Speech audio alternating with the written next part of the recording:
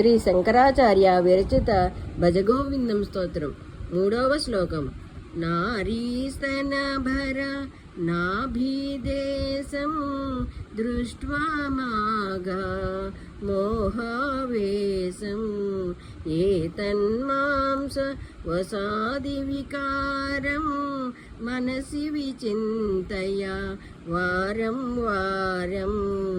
నారీస్తనభర నాభిదేశం దృష్ట్వా మాగా మోహావేశం ఏతన్మాంస వసాది వికారం మనసి విచింతయ వారం వారం.